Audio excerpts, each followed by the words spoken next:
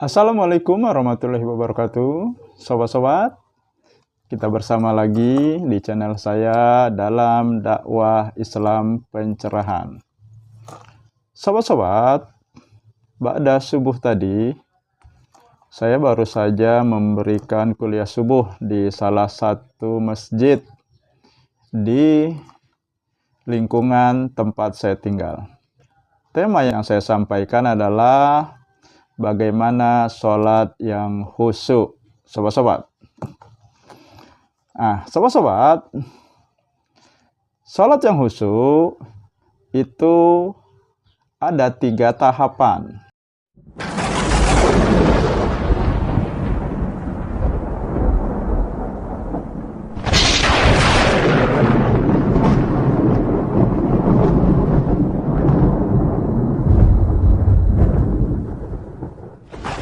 Untuk melakukan persiapan yang baik, ya, maka yang pertama, sobat-sobat, kita harus tahu kapan masuknya waktu sholat, sehingga kita bisa melakukan persiapan dengan baik. Paling tidak 10 atau 5 menit kita sudah melakukan persiapan. Persiapan pertama adalah berwudu dengan baik, dengan sempurna. Ya, kalau waktunya masih ada antara, kan kita bisa berwudu dengan tenang, dengan hati-hati, agar semuanya terbasuh. Beda jika ketika azan baru kita berwudu, atau ketika sudah qomat baru kita berwudu. Nah, ini yang menyebabkan persiapan kita menjadi kurang sempurna. Setelah berwudu, kita memakai pakaian kita yang terbaik, sesuai firman Allah, ya Bani Adam, jinatakum inda kulli masjid. Wahai anak Adam, pakailah pakaianmu yang terbaik setiap memasuki masjid. Nah, cuma yang terjadi di masyarakat sebaliknya. Ke masjid dengan pakaian seadanya, kadang-kadang dengan kaos oblong, bahkan ada tulisannya di depan dan belakang. Sementara ketika kondangan, mereka memakai pakaian yang khusus dipersiapkan untuk itu.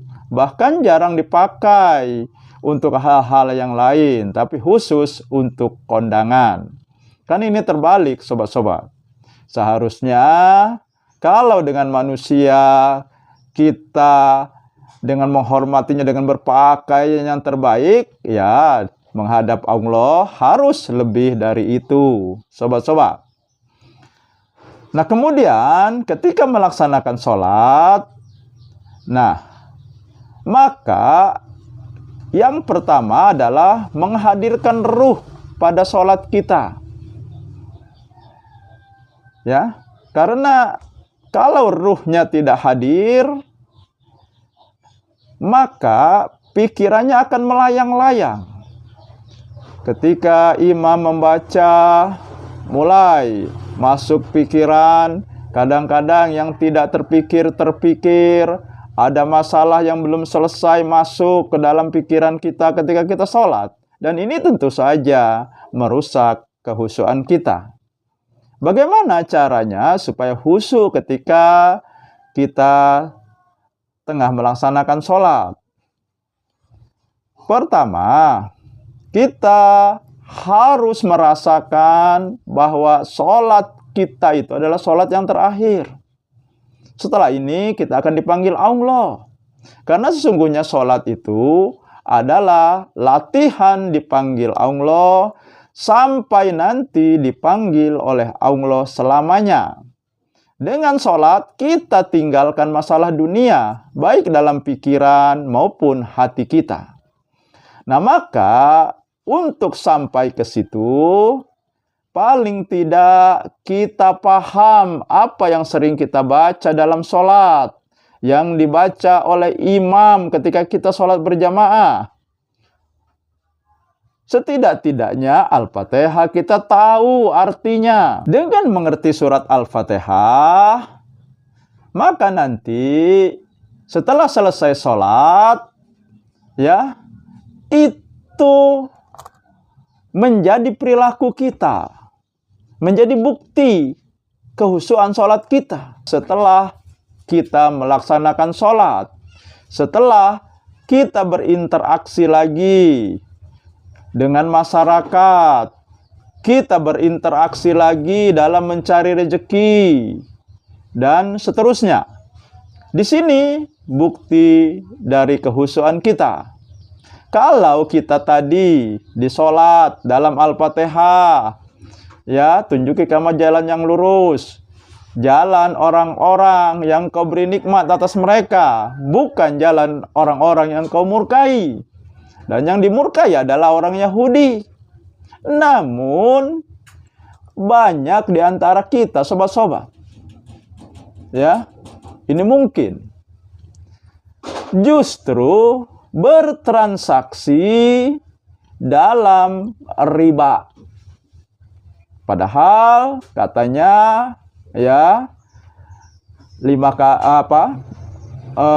meminta di sholatnya, ya, dihindari dari jalan orang-orang yang dimurkai atau orang Yahudi. Tetapi kenapa bertransaksi dengan riba? Sekarang banyak pinjaman online, ada bank keliling, minjam 1 juta cuma dapat 800, balikan harus 1 juta tambah bunga.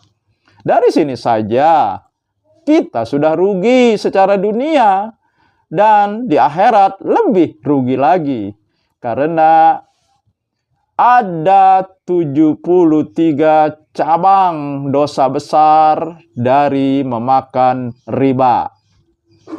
Yang paling rendah di antara 73 dosa besar itu adalah sama seperti berzina dengan orang tua sendiri.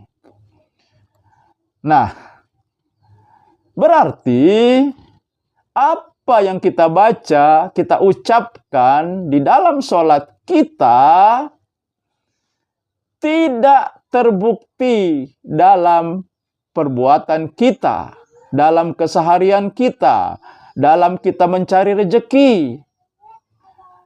Berarti kehusuan itu tidak didapat. Orang yang khusyuk, ya, perkataannya juga baik.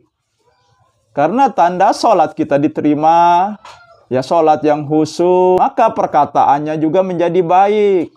Tidak mudah mencaci, memaki, mencela, menuduh, bahkan memfitnah.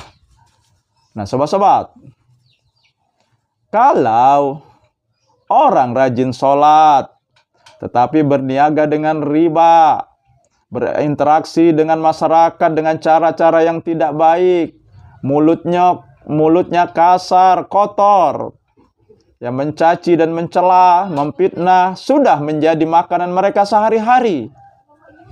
Padahal Allah mengancam, mengingatkan, wailul likulli humazatil lumazah. Celaka, neraka wail bagi pengumpat dan pencela.